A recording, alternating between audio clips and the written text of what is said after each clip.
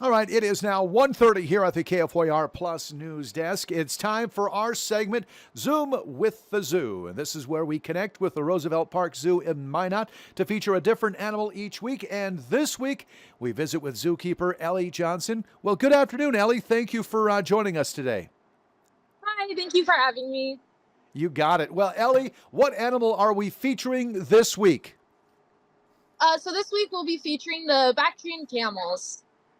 Bactrian camel. What makes the Bactrian camel so unique compared to, say, other camels? So these guys are pretty cool because they can go a little over 2 weeks without water. Some are known to go even longer than that. They can actually go a couple months without it if they really have to, food and water. And then once they do get a water resource, they can drink anywhere between 30 to 50 gallons. So that's pretty cool.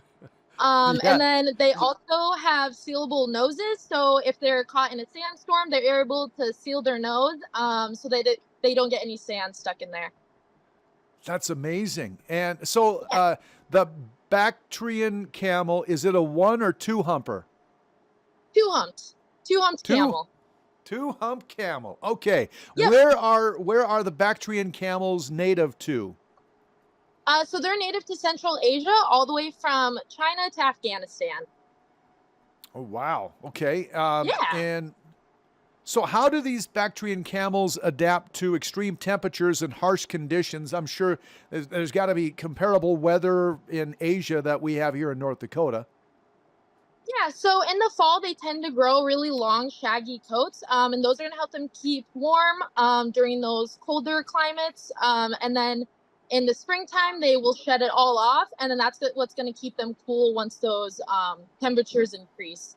And then they also have um, wide foot pads and thick ones too, and that's going to help them be able to climb in that sand, and then also protect them from the sun so they don't burn themselves.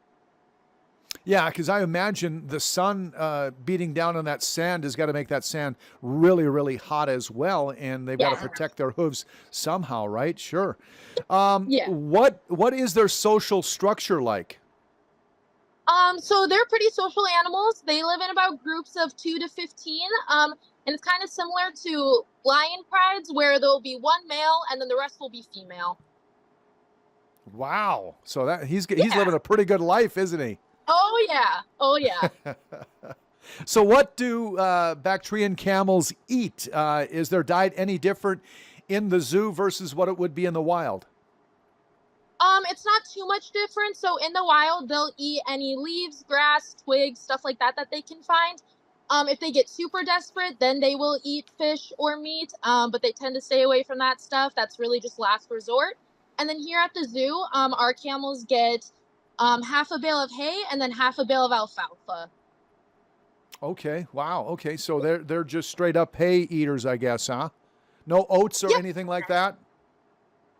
Sometimes on special occasions or when we train them and stuff, they'll get grain.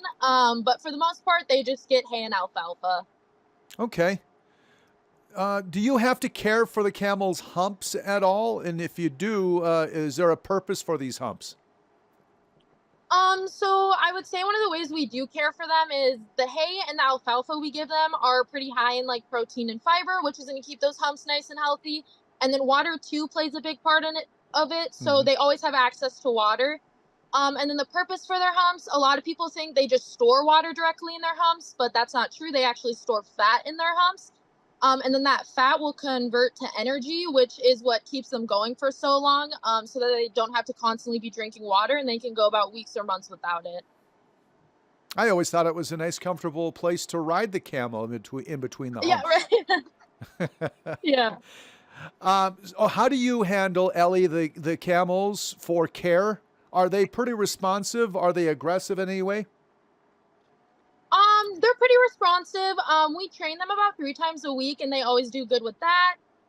And the only times they really will get aggressive is males go into a thing called rut, which is the physical and like psychological. Once they get into that sexual activity, the hormones change, everything like Hmm. that. The males do tend to get a little bit more aggressive, but besides that, we don't ever really see much aggression from them. They're pretty friendly animals. Are they biters? Is that how they get aggressive? Is that what they do? Yep, yeah, they'll kind of, yeah. Um, do they communicate with each other? So they'll communicate in like moans, kind of. And then also, mothers and newborns will communicate through like humming. And then another way they'll communicate is they'll actually blow in each other's face as like just a friendly greeting. And then another way too is just the way they position their head, their neck, their tail. That's also important for camel language. And so, how many camels do we have? How many Bactrian camels do we have at the Roosevelt Park Zoo? So we have two. Our male Cisco, he's 7 years old, and then we have our female Cora, and she's 5 years old. So, do you provide any enrichment activities for them to stimulate their behavior? Oh yeah, so a lot of times we'll hang stuff up pretty high, and that kind of stimulates that foraging behavior. And then we also have some like trees in their exhibit, like knockdown trees, their trunks and everything. That kind of also helps with that foraging behavior. And then they also have a sand pit in their exhibit. So Is Cisco and Cora out there behind you at all? Can we get a glimpse of maybe one or two? I don't think they're out behind me. They're actually in their barn that's right over this way. Yeah, Gotcha. right over that. Okay. Yeah. And so you've got a male and you got a female. Are we breeding? Yep. So typically the gestation period for them is about 12 to 14 months. So every year we do tend to get a new camel calf. Okay. And then, so what do you do with the calf? Does it go to a different zoo or does it stay with mom and dad? Yep. Once it reaches the maturity age and it's weaned off from mom and everything, then it'll go to a new facility.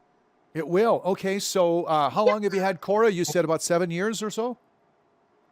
So we've had chorus for about four years. Oh, okay. So maybe at least probably three calves, I imagine Cora's had. Yep. About 3. Yes. Okay, and probably another one coming soon. So Cisco, he's a randy kind of camel, isn't he? Oh, yep. Yeah.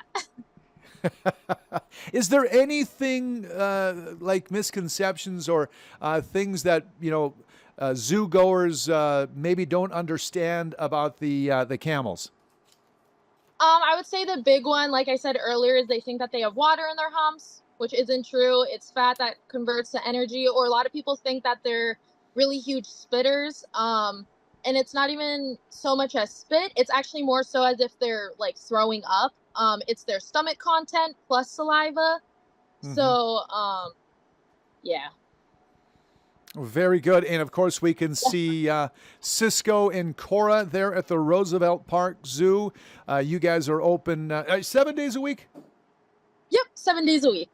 Absolutely. Well, Ellie Johnson, thank you so much for giving us that information on the camels, which I did not know a whole lot about, and I'm so glad we had a chance to talk with you. We appreciate your expertise, Ellie. Yes, thank you so much. Have a great weekend, okay? You too. All right. 1:40 now here at the desk. Let's take a quick break. We'll be right back with a look at your entertainment news coming up next.